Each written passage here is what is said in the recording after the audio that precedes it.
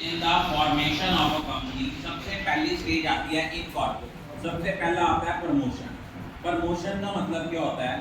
Promotion का मतलब होता है कि जब हमारे माइंड में सबसे पहले आइडिया आता है कंपनी को स्टार्टअप करने का, उसको हम लोग बोलते हैं प्रमोशन।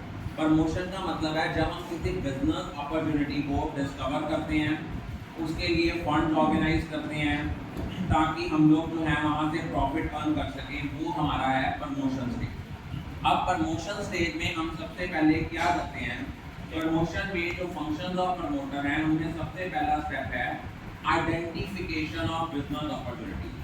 कहता है कंपनी फॉर्म ऑफ ऑर्गेनाइजेशन शुरू होती है जब एक प्रमोटर होते हैं जो फाउंडर मेंबर हैं, वो आइडेंटिफाई करते हैं कौन सी बिजनेस अपॉर्चुनिटी है, कौन सा आइडिया है।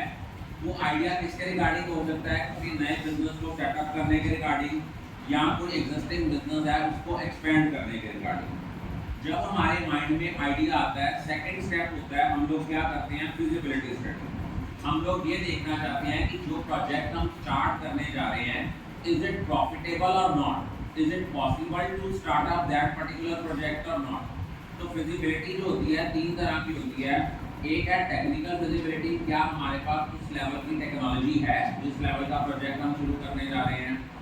सेकंड है फाइनेंशियल फिजिबिलिटी, क्या वो फाइनेंशियली हमारे पास उतने फंड्स हैं हम उस प्रोजेक्ट को स्टार्ट कर सकते हैं।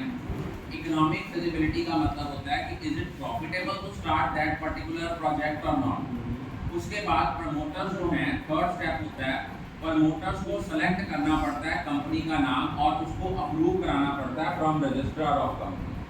कंपनी कोई ऐसा नाम नहीं रख सकती जो ऑलरेडी किसी एग्जिस्टिंग कंपनी का है या नेम ऑफ एम्बलम एक्ट के अंदर जो रिस्ट्रिक्टेड है। उसके बाद हमने क्या होता है, नेक्स्ट स्टेप है fixing up signatories to memorandum of association.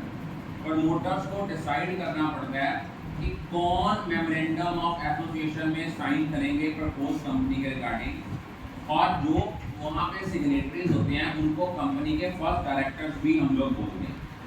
और उसके बाद हम प्रमोटर क्या करते हैं, प्रोफेशनल्स को अपॉइंट करते हैं, जैसे मर्केंटाइल बैंकर्स जो कंपनी को एडवाइस देते हैं किस सिक्योरिटी को किस टाइम पे किस प्राइस पे इशू करना है। ऑडिटर्स जो कंपनी के अकाउंट्स मेंटेन करते हैं, चेक करते हैं। नेक्स्ट आता है प्रिपरेशन ऑफ नेसेसरी डॉक्यूमेंट। अब कौन कौन से डॉक्यूमेंट्स हमें सबमिट करने हैं? एक है memorandum of association. Memorandum of association का मतलब होता है कि कंपनी के आउटसाइडर्स के साथ डील करने के क्या रूल्स एंड रेगुलेशन हैं। जो डॉक्यूमेंट हमें उसके बारे में बताता है that is termed as memorandum of association.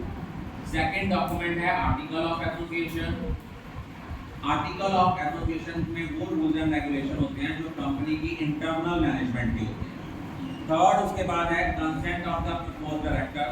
हमें मेमोरेंडम ऑफ एसोसिएशन और आर्टिकल ऑफ एसोसिएशन के साथ साथ प्रपोज डायरेक्टर्स की रिटर्न कंसेंट देनी पड़ती है कि वो कंपनी के डायरेक्टर बनने के लिए रेडी हैं, और उनको वो साथ में ये भी डिक्लेयर करते हैं कि we are ready to take the shares in order to have the qualification to become the director. उसके बाद नेक्स्ट आता है एग्रीमेंट।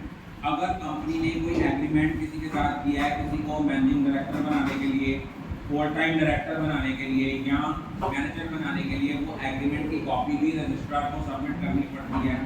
स्टैट्यूटरी डिक्लेरेशन में उनको क्या स्टेटमेंट उनको देना पड़ता है कि जो भी कंपनी एक्ट के अंदर लीगल रिक्वायरमेंट्स हैं वो सारी उन्होंने फुलफिल कर ली हैं।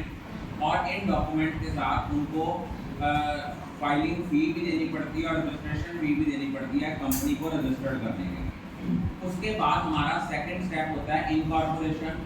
इनकॉर्पोरेशन का मतलब होता है जब कंपनी रजिस्टर्ड होती है अंडर द कंपनीज एक्ट 2013। ये सेकंड स्टेप है। इस स्टेप में सबसे पहले हमें क्या करना पड़ता है? डॉक्यूमेंट्स फाइल करने पड़ते हैं। डॉक्यूमेंट्स कौन कौन से हैं? ड्यूली स्टैम्प और and signed memorandum of association, duly stamped and signed article of association. उसके बाद हमें कंसेंट देनी पड़ती है कि कौन कौन से पर्सन जो हैं वो as a propose director company के रेडी हैं डायरेक्टर बनने के लिए। कोई एग्रीमेंट किया है, वो रजिस्टर्ड जो है लेटर की कॉपी जिसमें उनको क्लियर करना पड़ता है कि उन्होंने क्या क्या जो है कॉपी, यहाँ पे कॉपी ऑफ रजिस्टर्ड लेटर नहीं है, कॉपी ऑफ यहाँ पे जो आना है ये that is copy of registrar letter.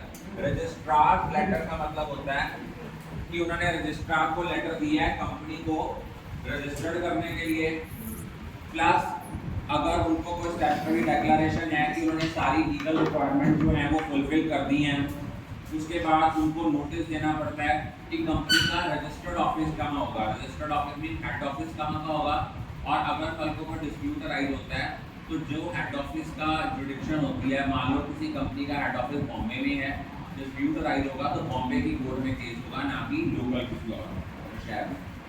और उसके साथ साथ उनको सर्टिफिकेट ऑफ इनकॉर्पोरेशन लगाना पड़ता है, और उनको डॉक्यूमेंट की एविडेंस जो है वो देने पड़ते हैं। फिर आता है कैपिटल सब्सक्रिप्शन। अगर एक बार कंपनी रजिस्टर्ड हो गई है तो नेक्स्ट स्टेज जो होती है पब्लिक कंपनी के लिए वो क्या होती है, फंड रेज करने हैं। और फंड रेज करने के लिए उनको कौन कौन से स्टेप फॉलो करने पड़ते हैं। सबसे पहले सेबी, सेबी होता है security exchange board of India, उनसे अप्रूवल लेनी पड़ती है। उनसे अप्रूवल लेने से पहले उनको क्या है, साथ उनके लिए उनको बताना पड़ता है कि प्रॉस्पेक्टस एक ऐसा डॉक्यूमेंट है जिसके थ्रू कंपनी इनवाइट करती है पब्लिक को अपने शेयर्स लेने के लिए। थर्ड होता है उनको बैंकर्स, ब्रोकर्स, अंडरराइटर्स। एक देखना कंपनी फॉर्म ऑफ ऑर्गेनाइजेशन में एक क्लॉज होती है मिनिमम सब्सक्रिप्शन कि कंपनी के 90% shares with in 130 days, with in जो है मिनिमम टाइम पीरियड, वो जो है वो पब्लिक सब्सक्राइब कर ले। अगर वो पब्लिक सब्सक्राइब नहीं करती है तो जो एप्लीकेंट्स होते हैं उनके पैसे वापस करने पड़ते हैं। In order to avoid such litigation वो क्या करते हैं, वो ऐसे लोगों में इंटरेस्टेड होते हैं जो कंपनी को गारंटी देते हैं कि आपके इतने मिनिमम नंबर ऑफ शेयर्स हम पब्लिक को सब्सक्राइब कराएंगे। और जो पर्सन कंपनी को गारंटी देते हैं कि आपके इतने मिनिमम नंबर ऑफ शेयर्स हम सब्सक्राइब कराएंगे, उनको बोलते हैं अंडरराइटर्स। और जो उनको उनके वर्किंग के बदले में जो कुछ whatever they get that is termed as underwriting commission. उसके बाद उनको स्टॉक एक्सचेंज में अप्लाई करना पड़ता है कि किस पर्टिकुलर एक्सचेंज में उनकी जो सिक्योरिटीज़ हैं उनकी बाइंग एंड सेलिंग होगी। ये सारे स्टेप होने के बाद एंड में उनको शेयर्स जो हैं वो क्या करने पड़ते हैं, अलॉट करने पड़ते हैं। I think all of you are clear about it.